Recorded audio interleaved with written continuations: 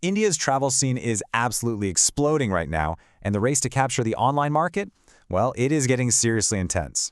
So, we're going to dive deep into this battlefield by looking at three huge players, each one with a totally different game plan for winning you, the Indian traveler, over. And just look at what they're fighting for. The stakes are massive. By 2030, India's online travel market is expected to be worth over $31 billion. That is an incredible prize, and it explains the fierce competition we're about to get into. So, who are the main contenders in this high-stakes race? We're honing in on three companies that have each carved out a very unique path to the top. They're all betting on completely different ideas of who the modern Indian traveler is and what they really want.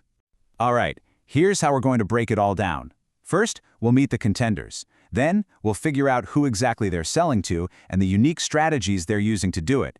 After that, it's time for the hard numbers on the financial scorecard. And finally, we'll ask the big question, what's the future hold? Okay, first things first, let's get to know the three companies at the very heart of this story. Each one has a really distinct identity in what's become a very crowded market. Let's kick things off with EasyMyTrip. Their big claim to fame as a major online travel agency, or OTA, is that they've been consistently profitable right from the very beginning, even through the pandemic. You know, they see themselves as this complete one-stop travel ecosystem. We're talking everything from flights and hotels all the way to visa help. They're really trying to serve every kind of traveler out there. Next up, we've got IXIGO. Now, these guys are all about technology and just explosive growth. Their entire mission is to empower what they call the next billion users. And that's a huge, emerging base of travelers coming mainly from India's Tier 2 and Tier 3 cities. Think of them as the tech-first disruptor in this whole race. And rounding out our trio is YATRA. In their world, YATRA is the undisputed king of corporate travel. Their focus is squarely on the business-to-business sector, what we call B2B. So what does that mean? It means they're not really selling to folks planning a vacation. They're selling directly to other companies. So now that we've met them, let's dig into who they're actually trying to win over. Because, understanding their target customer is absolutely key to understanding their entire strategy. You know what's so fascinating here is just how different these two are. It's a tale of two extremes. On one side, you've got YATRA, the corporate titan, and they are deeply embedded with thousands of businesses. And look at that number, a 97% retention rate? That's incredible. Then on the other side, you have IXIGO, the mass market mover, who's laser-focused on India's up-and-coming travelers, the younger, tech-savvy crowd in smaller cities. These two are playing in completely different universes. So where does that leave EasyMyTrip? Well, they're playing the role of the all-rounder. As you can see, they're not just picking one lane.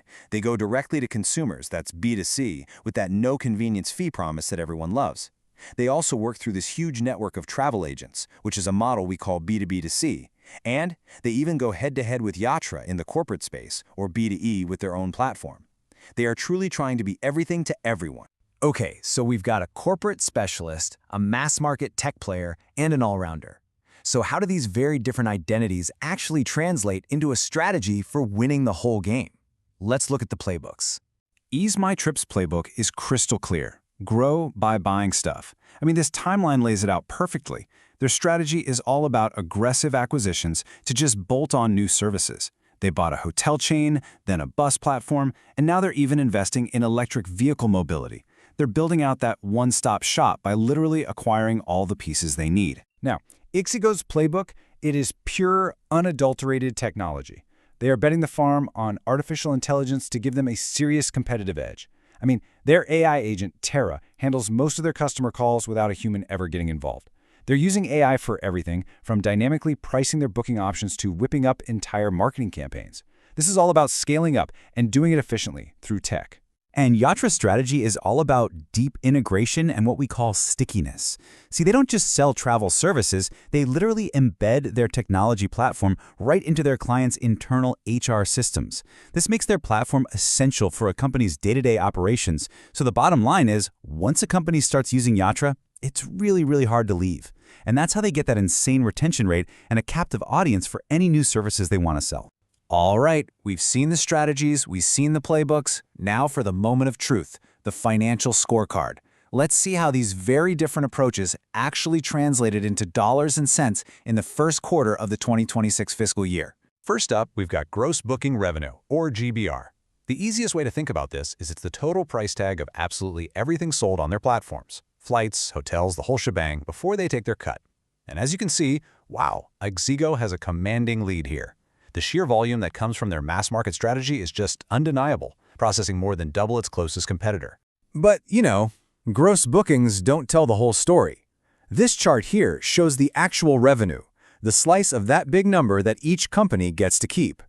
Now, IXIGO is still in the lead, but look how much closer YATRA is now. This tells us something really important. YATRA is way more efficient at turning bookings into actual profit, capturing a much larger slice from each corporate booking compared to the high-volume, lower-margin world of the mass market. And this table just puts it all together side by side. After revenue, you've got adjusted EBITDA, which is basically a way to measure a company's operating profitability. And right below that is the final bottom line, profit after tax. And what do you see?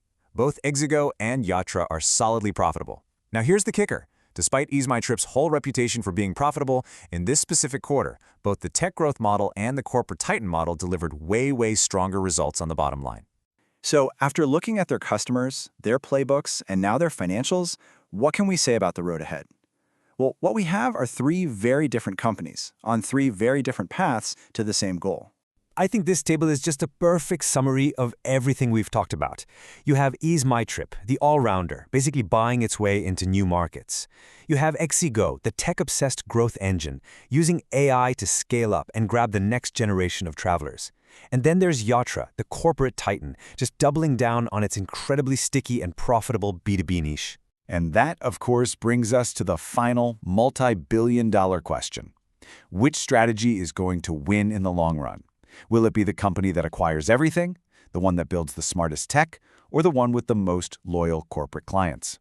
In this epic race, the final destination is still very much unknown, but one thing's for sure, the journey there is going to be absolutely fascinating to watch.